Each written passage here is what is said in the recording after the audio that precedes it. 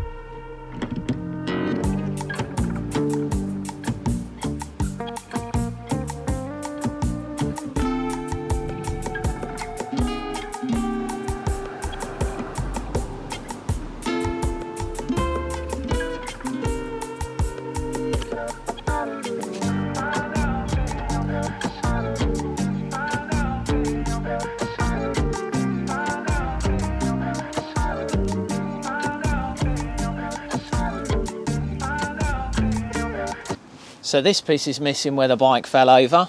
I've no idea where that is. I've had to remove the front brakes in order to be able to push the thing because they were so seized on that I wasn't able to actually get the bike in the van to get it here.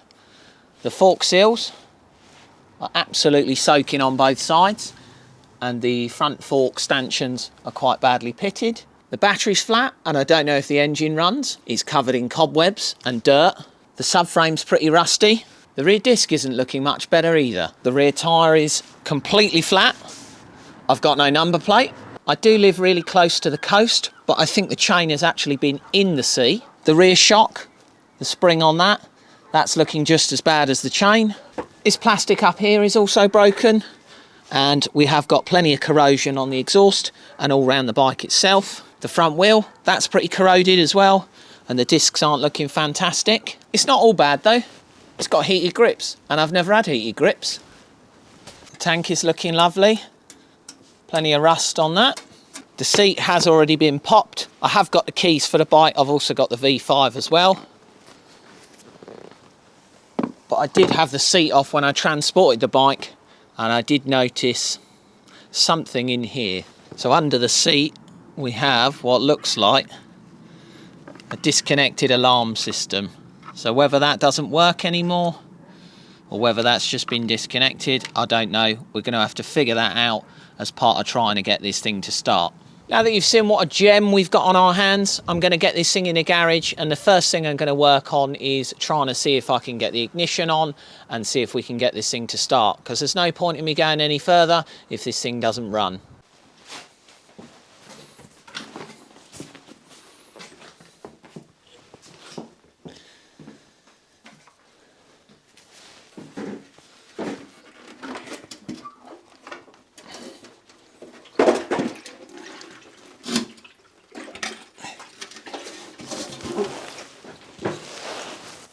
All the bolts for the tank have already been off, and it looks like they've just left them in there. So I've got a bonnet prop, and I'm just going to go and find that and pop that in place, and then that way I can access the battery, because on the phaser the battery's just up the top here under the tank.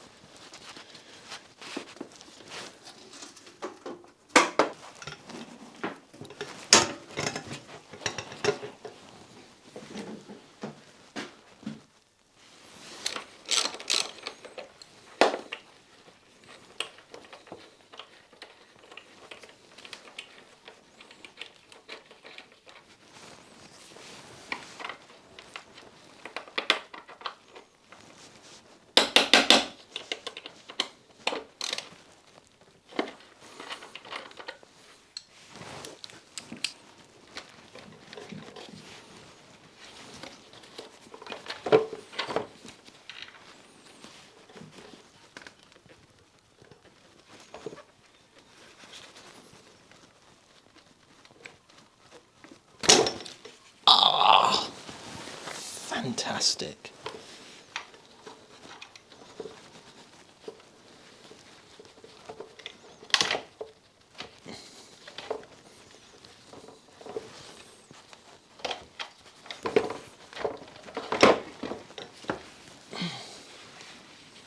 Need to get myself a new one of these because this is dead flat. I am going to do a little bit of investigation to see where the wiring for the alarm goes, because I do want to look at potentially disconnecting that, because I don't think that's going to work. Looking at it, it's like somebody's chopped this box off to get in there. So I might just disconnect that if it's easy enough and eliminate that from the system.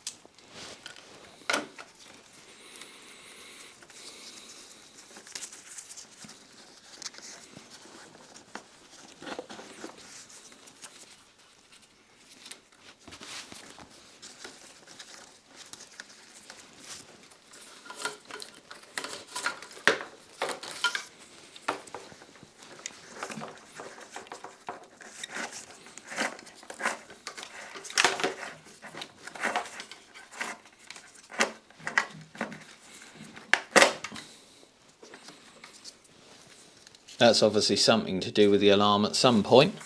That's also something to do with it. Now I've managed to disconnect most of the alarm system here, and I'm left with just two little plugs on the wiring loom. And I have also noticed that this little pin here is pulled out of this multi-plug. So I'm going to have to fix that. I'm not sure what these plugs are meant to plug into when they're not in that alarm system, because I can't see anything there. But I do have the upper hand. I used to have a 2004 one of these, very similar colour scheme as well. And I sold that to a friend of mine. So I'm going to give him a shout, see if he can pop that side panel off and send me a photo of what it looks like underneath. I have managed to replace the damaged pin in this multi-plug here. I picked the old pin out with just one of these sort of multi pin extractor kits that you can buy online. So I've just used that, picked the old pin out, that was all corroded and damaged, and then I've got an old wiring loom, just an old loom that I keep hold of, and that I was able to de-pin one of the connectors on this, and then I've just soldered that in place, clipped that little pin back into the multi-plug and clipped that box back in place. I have now fully disconnected the alarm system from the bike. I've just taken off these final two plugs here. I'm still waiting for a photo from my friend just to see if these do plug into anything, but I'm going to try my luck and see if I can get the bike to start. I have grabbed a new battery as well, and I have left the ignition barrel soaking for some time. I just sprayed some penetrating fluid down where the key goes. I don't know if you guys are finding the same. Drop a comment if you are, but I always find on the Yamahas, the ignition barrel and trying to turn the key is a nightmare. It was the same on my R1 and on my old Phaser. You just seem to have to wiggle them about for ages, then all of a sudden the ignition comes on.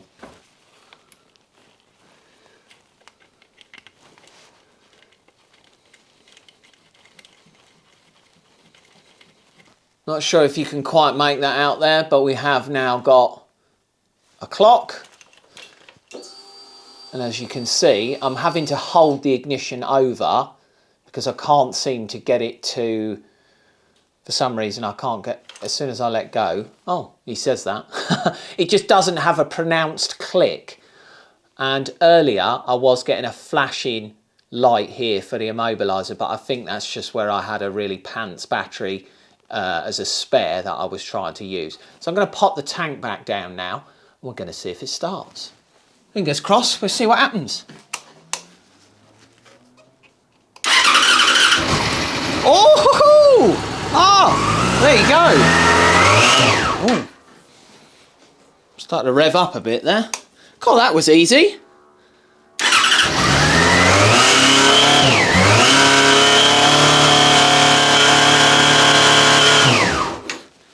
I wonder why it's revving up so hard. Might be the throttles.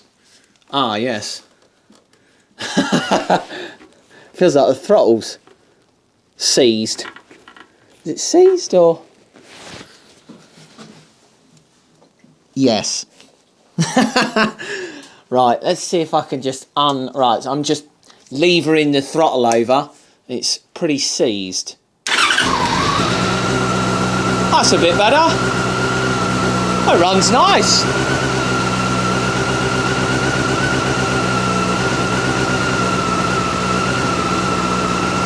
Perfect.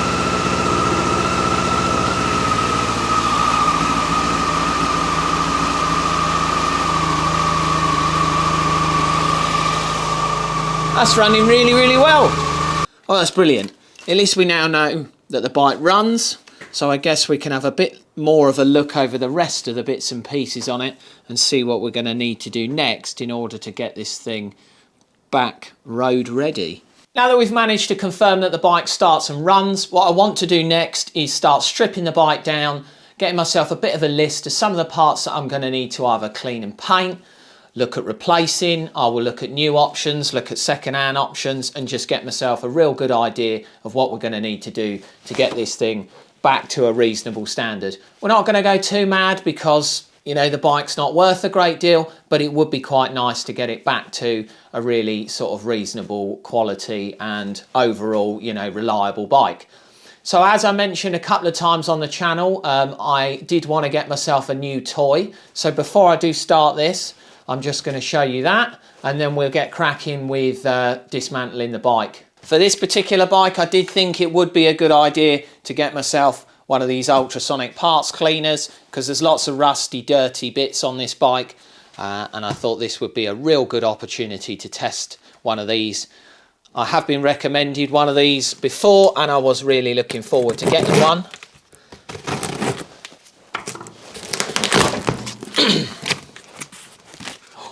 Oh, look at that.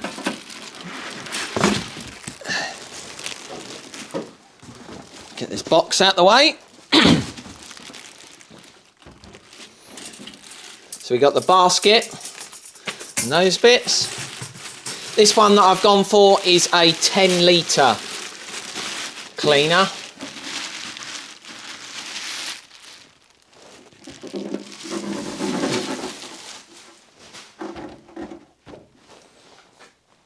This one that I've gone for has got degas on there, it's got gentle settings, it's got various range of settings on there. I wanted to go for one that had a few more gizmos and gadgets and buttons on it. We got the cage, it just sits in here like so. And then the lid for the top. And I'm sure we are going to get plenty of use out of this thing, if not just on this build, but with more bikes to come on the channel, hopefully, in the future. First thing I'm going to tackle is getting the subframe off, because that is nice and crusty, and I want to paint that and clean that up, or look and see if I can get another one that may be in better condition than this one.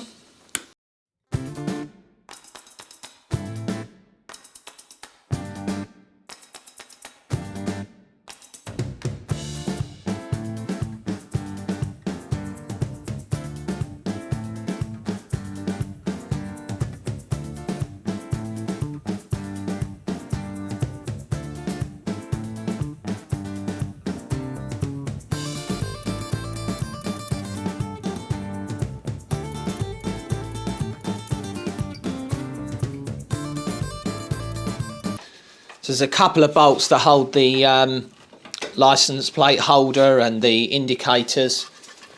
So the sort of tail light assembly area there. And then there's a couple of bolts that were holding this. I believe this is part of one of those sort of like helmet or top box racks there. And then there's just a couple of Allen key bolts that hold the rear silencers on. Now I should be in a position to remove the wiring that is on that side, and then we've got these Torx bolts here, and then hopefully the whole subframe assembly should pull off. The bolt here for the fuel tank is already loose and undone because we had the fuel tank moving about earlier. On these two top subframe bolts, there's a nut on the other side of these, and I'm going to need to try and gain access to that to see if I can undo that rather than chewing up the face of the bolt here. With that being said, I'm going to need to take the tank off, and then hopefully, which I was planning to take the tank off anyway, but then I can hopefully move this other electrical control unit that's hidden down here as well.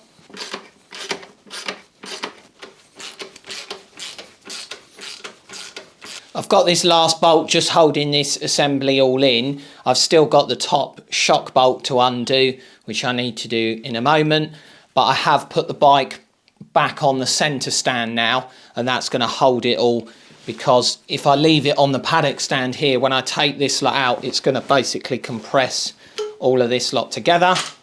So I can take that bolt out now.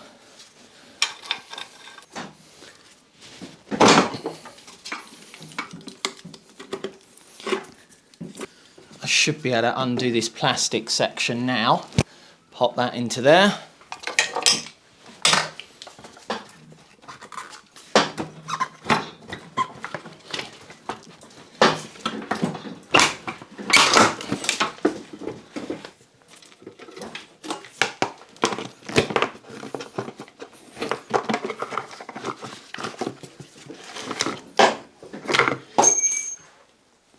Oh no, might be able to just pull it off for now, but I will have to get a new clamp because that is knackered.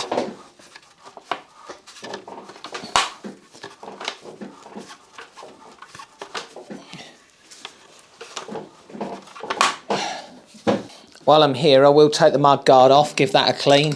I need to take the wheel and the chain off, so it might make things easier anyway.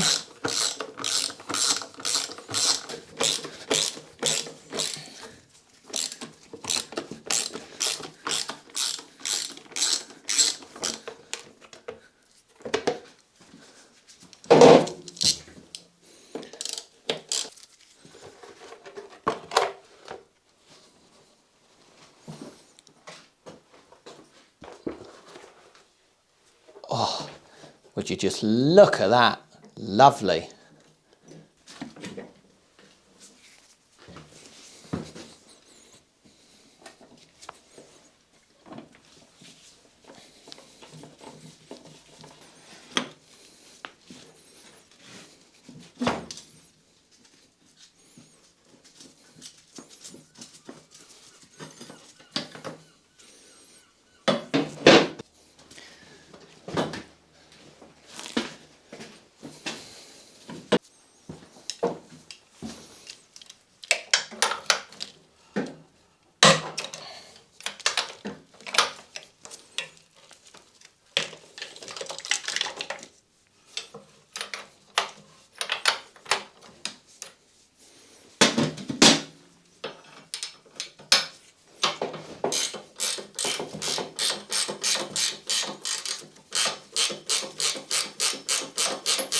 I've removed the bolt that holds the exhaust pipe up here, and as you can see, where I pull on that, there's no flex in that whatsoever. There is another mounting bolt down there, but all of this is now rigid, and there's not another join between this piece and the manifold headers up the front there, so I'm not able to undo, or I'm not able to release that in order to pull the swing arm out. So take you round to the manifold where we can have a look at just how rusty and awful it is in there. And I've started looking at the manifold here, and this may well end up scuppering our plans of bringing this bike back to life, because all of these manifold ends here, the nuts and the studs, are so badly rusted, and all of this steel here has actually swelled in the aluminium cylinder head and has started to break off some of these aluminium sort of sections here. So this sits over like that, and then your exhaust goes through, as you can see, and that bit there has started to break right off. I mean, these exhaust bits on there are completely missing, as you can probably hear, where I'm just rubbing my hands or fingers against the steel and the aluminium there. There is just so much of that falling off. I think I'm going to have to take the radiator out. I wanted to drain the coolant anyway. I'm going to have to take the radiator out to give you guys a better look at that. But it is awful. Brilliant.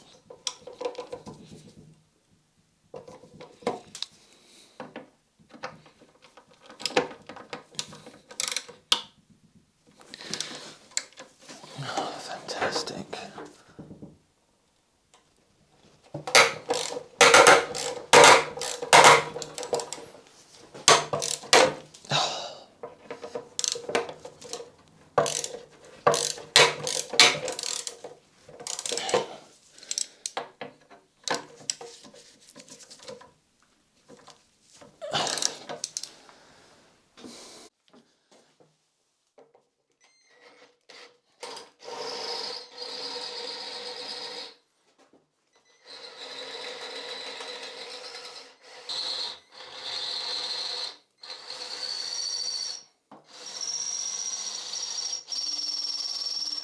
These fairing screws or fairing fixings are made out of really, really soft material. So the heads of those, as soon as I put the socket in there, the Allen key, the heads of those just wore away. So I've just drilled them off for the minute, and then I'll be able to heat them up, get those out, or use a pair of grips and get those out. So that fairing's now off and out of the way. Wants a clean and probably paint anyway, because it's lost a load of its colour. I've managed to get all of the hoses off on the other side. This hose here, just got the rad loose at the bottom now, and I'm going to try and see if I can do the same at the top.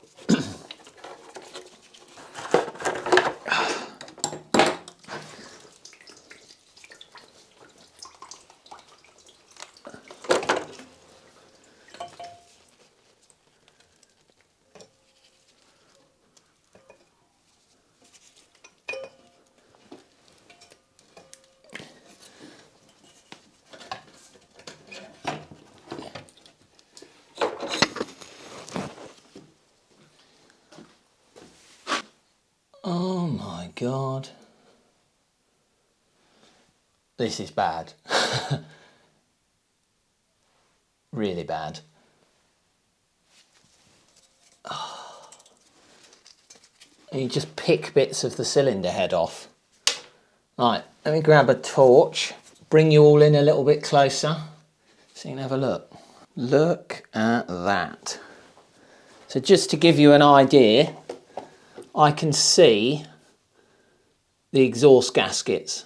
So the end of the, sort of where the exhaust gasket meets the header there, I can see where it's worn away so badly. And all of these are just knackered. So I think you could almost probably just chisel this manifold off to get it off. There's not a great deal holding it on. This is just where the steel and aluminium has reacted, coupled with being left outside. Road dirt, salt, water.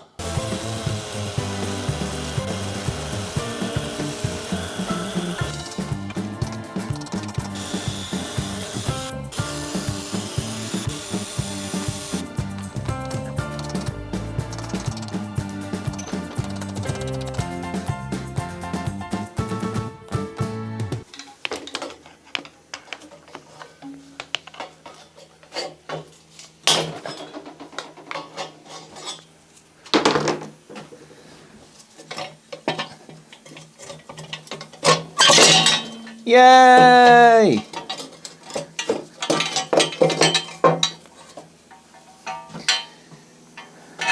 So that's it for today's episode, guys. We've managed to get the exhaust manifold finally off, or the exhaust headers. There is damage to the cylinder head, as you saw earlier in the video. We haven't made it any better, we haven't made it any worse. We've managed to avoid damaging any of the bottom half of the engine, which is great. It wasn't my preferred method of getting it off. I'd have rather used sockets and ratchets. However, you know, it was so badly rusted, we had no chance there. We've also managed to pull the swing arm off now that the exhaust's out the way, and I've now got to have a real good clear up because I managed to kick an oil bucket over.